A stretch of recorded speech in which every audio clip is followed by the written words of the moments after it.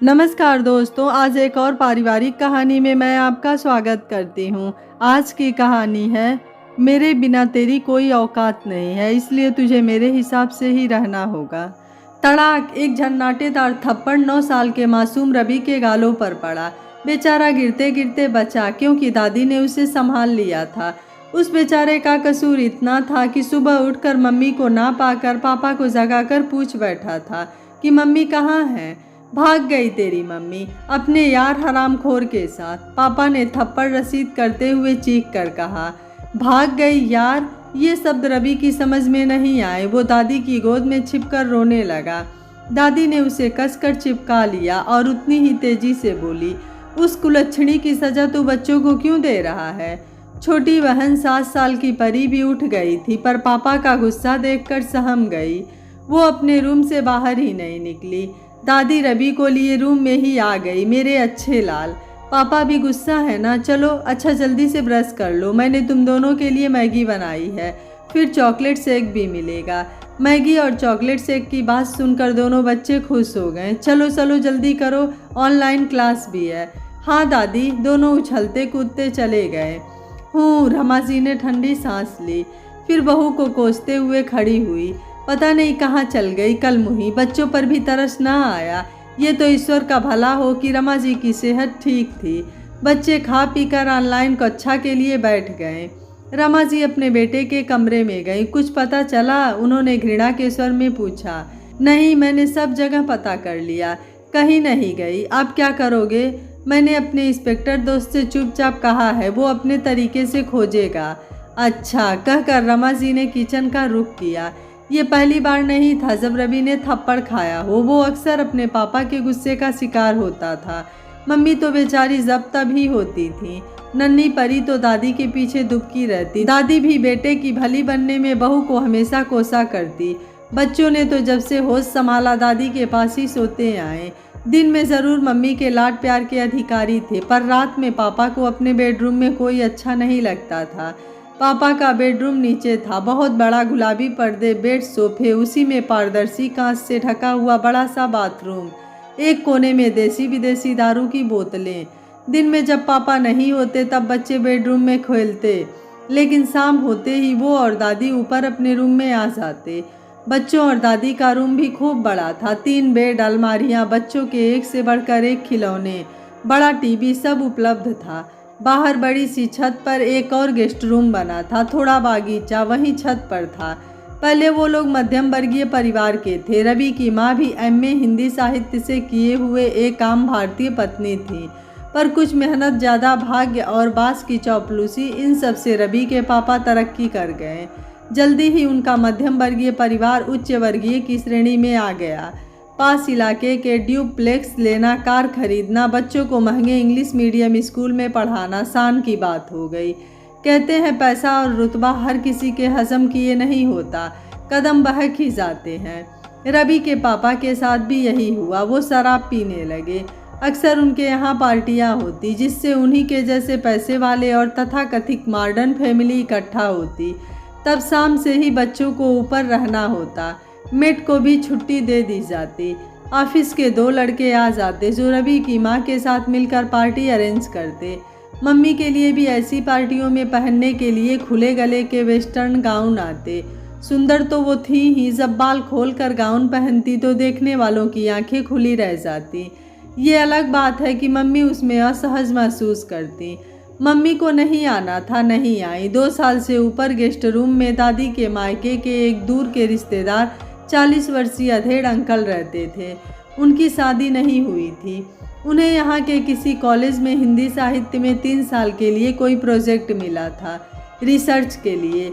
दादी से मिलने आए थे। भला मायके का कोई आदमी बाहर रहे, ये दादी को गंवारा ना हुआ। वैसे भी जब से गेस्ट रूम बना था खाली पड़ा था। सारे रिश्तेदारों ने तो रवि के पापा के बदलते मिजाज की वजह से आना ही छोड़ रखा था। उन्होंने भी स्वाभिमान दिखाते हुए मुफ्त में रहने को मना कर दिया। थोड़े से किराए और बच्चों को पढ़ाने पर उनका रहना तय हो गया। वो भी एक परिवार के सदस्य की तरह रहने लगे, पर नीचे वो भी अलाउ नहीं थे। उनकी सुबह की चाय से लेकर रात का डिनर तक सब ऊपर ही था। कॉलेज से आकर शाम को वो बच्चों को पढ़ाते, फिर वो दादी और बच्चे शाम को पार्क में चले जाते। बच्चों को भी अंकल के साथ खूब मज़ा आता। रवि की मम्मी की भी समान विषय होने से उनसे कभी कभी बात हो जाती। कभी वो कॉलेज जाते समय खाने की प्रशंसा करते हुए जाते। रवि के पापा से उनका आमना सामना संडे को कभी कभी होता तो नमस्कार का आदान प्रदान हो जाता। रवि की मम्मी को उनमें एक हमदर्द दोस्त नज़र आने लगा था, जिनसे वो अपना कौन सा दुख शेयर करती थी ये तो रवि को नहीं पता, पर जब भी वो उनसे बातें करती हमेशा आंसू पोंछती जाती। रवि अपने पापा को बहुत कम ही खुश देखता था। रवि अक्सर अपनी मम्मी के होठ कटे, गालों में दांतों के निशान, हाथों में नील स्याह चूड़ी टूटी घुसने से खून के निशान या गले से रुपट्टे के हटने से गले से छातियों तक दांतों के निशान देखता। छोटा था तो छू छू कर पूछता, मम्मी आपको चुट्टू कैसे लग गई? माँ कुछ बोलती, इसके पहले ही दादी उसे गोद में उठा लेती, कहती कुछ नहीं बच्चे, मम्मी कल गिर गई थी, और उसको लेकर ऊपर चली जाती। उसे चॉकलेट और कुरकुरे देती, वो खुश हो जाता। फिर धीरे धीरे उसने पूछना छोड़ दिया, पर यह नोटिस ज़रूर करता कि जब मम्मी को इतनी चोट लगती और वो चलने में भी दर्द और तकलीफ़ महसूस करती, पापा बड़े खुश मूड में होते। बच्चों को खुद स्कूल छोड़ने जाते, रास्ते में ढेर सारी चीज़ें दिलाते और बातें करते। आज पूरा 1 महीना हो गया, मम्मी का कहीं पता नहीं था। उस दिन के थप्पड़ के बाद रवि ने नहीं पूछा पापा से मम्मी के बारे में। ऊपर वाले अंकल तो मम्मी के जाने के 1 हफ्ते पहले ही चले गए थे। कॉलेज की छुट्टियां हो गई थी, इसलिए दादी और पापा को पूरा विश्वास था कि मम्मी उन्हीं के साथ गई होंगी, लेकिन वो ना मायके ना ससुराल के किसी भी रिश्तेदार के यहाँ थी।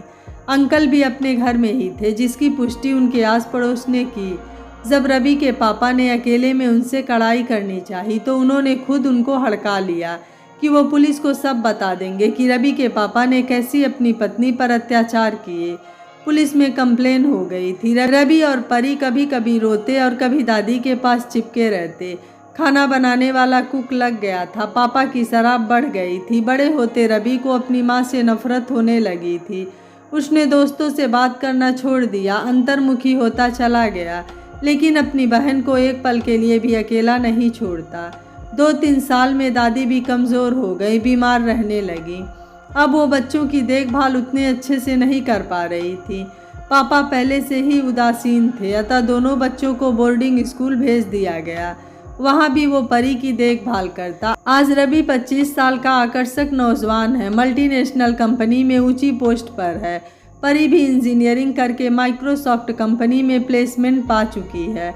दादी स्वर्ग सिधार गईं और पापा अपने कर्मों की सजा भुगत रहे। शराब पीकर गाड़ी चलाते हुए एक भयंकर एक्सीडेंट में उनका नीचे का हिस्सा पैरालाइज हो गया।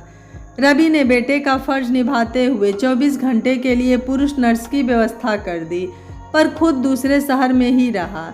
अभी भी वो अपनी माँ से उतनी ही नफरत करता है। उसे अभी भी ये नहीं समझ आया कि कोई माँ अपने बच्चों को छोड़कर कैसे जा सकती थी। वो केवल परी को ही अपनी दुनिया मानता था। रवि अभी ऑफिस में बैठा ही था कि आकर चपरासी ने काफ़ी के साथ कई सारे रजिस्टर्ड लिफाफे मेज पर रख दिए। रवि लिफाफे उलट पुलट कर देख रहा था कि एक लिफाफे पर उसकी नज़र ठहर गई। वो हरिद्वार के किसी वृद्धा आश्रम से आया था। उस पर अर्जेंट लिखा था। कोने पर एक छोटी सी चिड़िया बनी थी जो उसे जानी पहचानी लगी। दिमाग पर बहुत जोर डालने पर उसे याद आया, ऐसी ही चिड़िया उसकी मम्मी उन लोगों की रफ कॉपियों में बनाया करती थी। मम्मी को याद करते ही रवि घृणा से भर उठा। उसने लिफाफा डस्टबिन में फेंक दिया, लेकिन हृदय में चैन नहीं पड़ा। उसने फिर से वो उठाया। हो सकता हो ये उसका वहम हो, किसी आश्रम से चंदा लेने के लिए पत्र आया हो। हृदय में तमाम सवाल जवाब करते रवि ने लिफाफा खोला। खोलते ही झटका लगा। मम्मी की लिखावट थी, रवि मैं जानती हूँ कि मैं तुम्हें बेटा कहने का हक खो चुकी हूँ, पर जीवन के अंतिम समय में मैं बेकसूर होते हुए मैं किसी के साथ भाग गई। मैंने मुँह काला किया। इन सब आरोपों से मुक्त होना चाहती हूँ। खासकर उस देवता को भी निष्कलंक है ये बताना चाहती हूँ। अंकल याद तो होंगे तुम्हें, मेरी बात घृणा से ही सही पर पूरी सुनना। ये एक पुरुष और स्त्री की कहानी है। अब तुम बड़े हो गए हो, स्त्री पुरुष के संबंधों से भली भांति परिचित हो। मेरे पति जब तक मध्यम वर्गीय थे ठीक थे, जब वो उच्च वर्गीय श्रेणी में आए, उन पर आधुनिकता का नशा चढ़ने लगा था। तुम्हें याद होगा, हमारे घर में अक्सर वीकेंड पार्टियां होती थी। उसमें कई जोड़े शामिल होते थे। कोई पत्नी के साथ आता था तो कोई किसी कॉल गर्ल को लेकर। मस्ती के नाम पर सब जायज़ था। मुझे भी ना चाहते हुए शामिल होना ही होता था। खुले गले का बैकलेस गाउन पहनकर आधुनिकता के नाम पर मुझे उनके मित्रों के साथ डांस करना ही पड़ता था। जब उनके दोस्त मेरी कमर में हाथ डालकर मुझे अपनी ओर खींचता और मेरी पीठ पर अपने हाथ फिराता, मैं उस पल में 100 बार मरती। पर तुम्हारे पापा दूर सोफे पर बैठे हुए उसकी पत्नी की कमर पर हाथ फिराते हुए, एक हाथ में शराब का ग्लास पकड़े हुए चीयर्स एंजॉय कहकर उसका उत्साह बढ़ाते। वो और उत्साहित हो जाता। गालों और खुली गर्दन पर किस करना तो आम बात थी। मैं विरोध करना चाहती थी, पर कुछ तुम्हारे पापा की मार का डर और कुछ तुम लोगों की वजह से चुप रह जाती, क्योंकि वो अक्सर धमकी देते कि उस घर में रहना है तो उनके हिसाब से रहना होगा। मुझे डर था कि कहीं वो मुझे घर से ना निकाल दें और मुझे अपने बच्चों को खोना पड़े। रवि की आंखों से आंसू बहने लगे। उसने उठकर केबिन का दरवाज़ा अंदर से बंद कर लिया और चपरासी से कह दिया कि वो बहुत इम्पोर्टेंट काम कर रहा है, उसे डिस्टर्ब ना किया जाए। आगे फिर पढ़ना शुरू किया। रवि, ये सब तो चलता ही था। तुम अक्सर मुझसे पूछते थे मम्मी चोट कैसे लगी, और दादी कहती कि मैं गिर गई, पर वो तो तेरे पापा की हैवानियत की चोटें होती थी। वो एक नंबर के अय्यास बन गए थे। पारदर्शी बाथरूम में मुझे नहाने को मजबूर करते, पर मैं सब सहती। कहती भी तो किससे। मेरी सारी सहेलियों ने आना छोड़ दिया था क्योंकि पापा उन्हें गंदी नज़रों से घूरते थे। मायके में कोई था नहीं। भाभी भैया अपनी ही गृहस्थी के बोझ के मारे थे।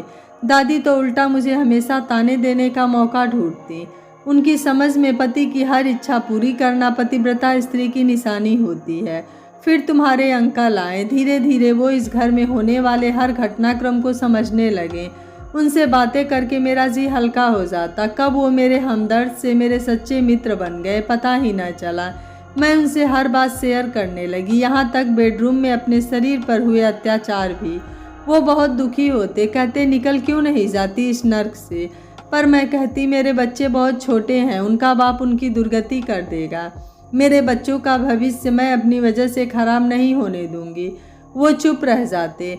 उनसे बात करके मेरा दुख कम हो जाता। सब चल ही रहा था कि उस दिन हद हो गई। तेरे पापा ने बेशर्मी की सारी सीमाएं तोड़ डाली। बहुत दिनों से पापा को एक बहुत इम्पोर्टेंट प्रोजेक्ट का हेड बनाने की बात चल रही थी, जिसके बाद वो ऑल इंडिया हेड बन जाते। हमेशा की तरह घर में वीकेंड पार्टी रखी गई। आज कुछ खास था क्योंकि उस दिन उनके बॉस भी आए थे। मुझे स्पेशल तैयार होने को कहा गया था। मेरे लिए सुर्ख रेड कलर का फिश कट गाउन आया था, जिसमें ऊपर कंधों पर सिर्फ 2 तन्नी बांधने के लिए थी। गाउन से मैचिंग लिपस्टिक, इयररिंग सब आया। मुझे किचन में घुसने को मना किया गया। खैर, तय समय पर पार्टी शुरू हुई। मैं जब तैयार होकर बाहर निकली, सबकी लार टपकती नजर आई। विदेशी परफ्यूम से महकती मैं सबको हाय हेलो बोल रही थी। खाने पीने का दौर शुरू हुआ। फिर डांस का नंबर आया। आज सबसे पहले तुम्हारे पापा ने बॉस के हाथों में मेरा हाथ थमाया। मुझे इसकी आदत थी, मैं डांस करने लगी। लेकिन इस बार तुम्हारे पापा ने हद की सारी सीमाएं पार कर दी थी। वो अपने बास को मुझे सौंपना चाहते थे। बस उस पल मैं भूल गई कि मैं एक माँ हूँ। मुझे अपने औरत होने पर शर्म आने लगी। मुझे लगा मैं बाजार में खड़ी हूँ, बल्कि उससे भी बेगैरत हूँ।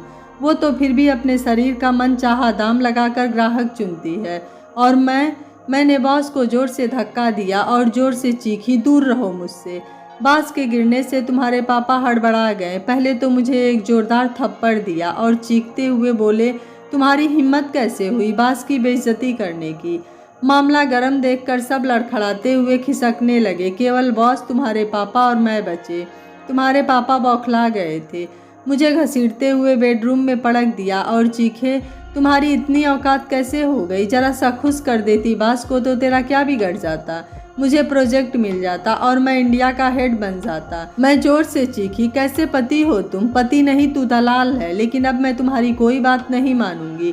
पहली बार मैंने विरोध किया था। तुम्हारे पापा को ये बर्दाश्त नहीं हुआ। वो जैसे जिद पर आ गए। मेरे दोनों हाथों को कसकर पकड़ लिया और बॉस को अंदर आने को बोला।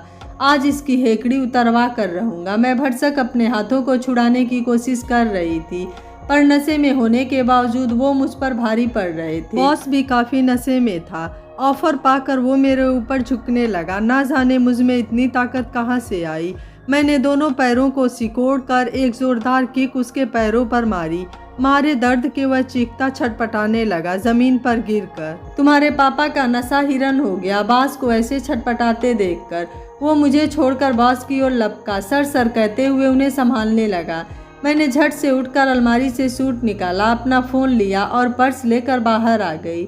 मैंने बेडरूम का दरवाज़ा बाहर से लॉक कर दिया। किचन में जाकर सूट पहना और घर के बाहर निकल आई।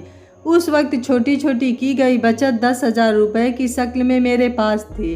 मैंने सीधे अंकल को फ़ोन मिलाया और उनसे सारी बात कही। यकीन मानो मैं उस वक्त उस बस्ती से छुटकारा पाना चाहती थी। अंकल ने सुनकर कहा, मैं जानता था कि एक दिन ऐसी नौबत ज़रूर आएगी। उन्होंने मुझे एक फ़ोन नंबर दिया और शीघ्र ही मदद करने का आश्वासन दिया। थोड़ी ही देर में स्कूटी से एक लड़की आती दिखाई दी। उसने दिए गए फ़ोन नंबर से रिंग करने को कहा। फ़ोन करने पर उसी का फ़ोन बज उठा। तब वो आश्वस्त हो गई। जल्दी से मुझे बिठाकर वो अपने पीजी ले आई। वो एक अनाथ मुस्लिम लड़की थी जो अपने बलबूते पर पढ़कर अंकल के अंडर में उनके प्रोजेक्ट में उनके साथ थी। अंकल को वो गुरु मानती थी। उसने मुझसे कहा कि यहाँ आप सुरक्षित हैं, यहाँ कोई नहीं आएगा। वहाँ मैं एक हफ्ते रुकी। फातिमा रोज़ बाहर से ताला लगाकर सामान के बहाने जाती और मेरे घर का चक्कर लगा कर आती। फिर अंकल ने मुझसे पूछा कि अब मुझे क्या करना है। वापस घर जाना है। उन्होंने ये भी राय दी कि मैं पुलिस में जा सकती हूँ या तलाक लेकर खर्चा लेकर अलग रह सकती हूँ। पर मेरी हिम्मत नहीं थी कि मैं उस वहशी का दोबारा सामना करूँ। वापस उस घर में जाने का मतलब था अपनी अस्मिता का सौदा करना। तलाक का मतलब वो सरेआम मुझे चरित्रहीन साबित कर देता। उनके पास पैसा पावर दोनों थे, मेरे पास कुछ भी नहीं था। मैंने मना कर दिया। तब उन्होंने मुझे यहाँ आश्रम आने को कहा। फातिमा ने सब इंतज़ाम कर दिया। वैसे भी दिल्ली से हरिद्वार ज़्यादा दूर नहीं। मैं फातिमा का बुर्का पहनकर हरिद्वार आ गई। यहाँ स्टेशन पर अंकल थे। उनकी कार में बुर्का उतार दिया मैंने। अंकल स्वयं आश्रम के संचालक थे। मैं खुद पिछली ज़िंदगी से छुटकारा चाहती थी। मैंने अपने बाल मुड़ा दिए, माथे पर चंदन का टीका, गले में रुद्राक्ष की माला और सफ़ेद धोती के पल्लू से आधा ढका माथा। मुझे वहाँ रसोई का काम सौंपा गया। आश्रम में सब लोग बहनी कहने लगे। मैं एक दुखियारी विधवा हूँ जिसका कोई नहीं, यही सबको मालूम था। अंकल हफ्ते में आते थे। उस आश्रम में बिना जात पात देखे हर निराश्रित व्यक्ति को आश्रय मिलता था। सबको कुछ ना कुछ काम अवश्य करना होता था, जो जिस काबिल हो। जो बिल्कुल वृद्ध असहाय हो उनकी सेवा भी। जब तक तुम लोग दिल्ली में रहे, फातिमा तुम लोगों के बारे में बताती रही। फिर जब तुम लोग देहरादून आए बोर्डिंग स्कूल में, तब भी मैं आती, तुम्हें और परी को मैदान में खेलते हुए दूर से कार में बैठकर देखती। तुम्हारे अंकल अपनी आजीविका के लिए कॉलेज में प्रोफेसर थे, वरना वो एक बहुत बड़े समाज सेवी थे। इसलिए ही उन्होंने शादी नहीं की। तुम बंगलौर चले गए MBA करने और परी मुंबई इंजीनियरिंग करने। मैं महीने में एक बार मुंबई जाती और एक बार बंगलौर। ये देखकर खुशी होती कि तुम अपनी बहन को अच्छे से संभाला। मैं तुम दोनों के ही कॉलेज के आसपास होटल में ठहरती ताकि तुम लोगों को ज़्यादा से ज़्यादा देख सकूं। मुझे रसोई घर की हेड बनाया गया तो खाने रहने के अलावा मुझे तनख्वाह भी मिलती थी। इसके अलावा आश्रम की तरफ से जो कुटीर उद्योग चलते थे उसमें मेहनत करती। उसका सामान बिकने पर हिस्सा मिलता था। मैंने स्वाभिमान से जीना सीख लिया था।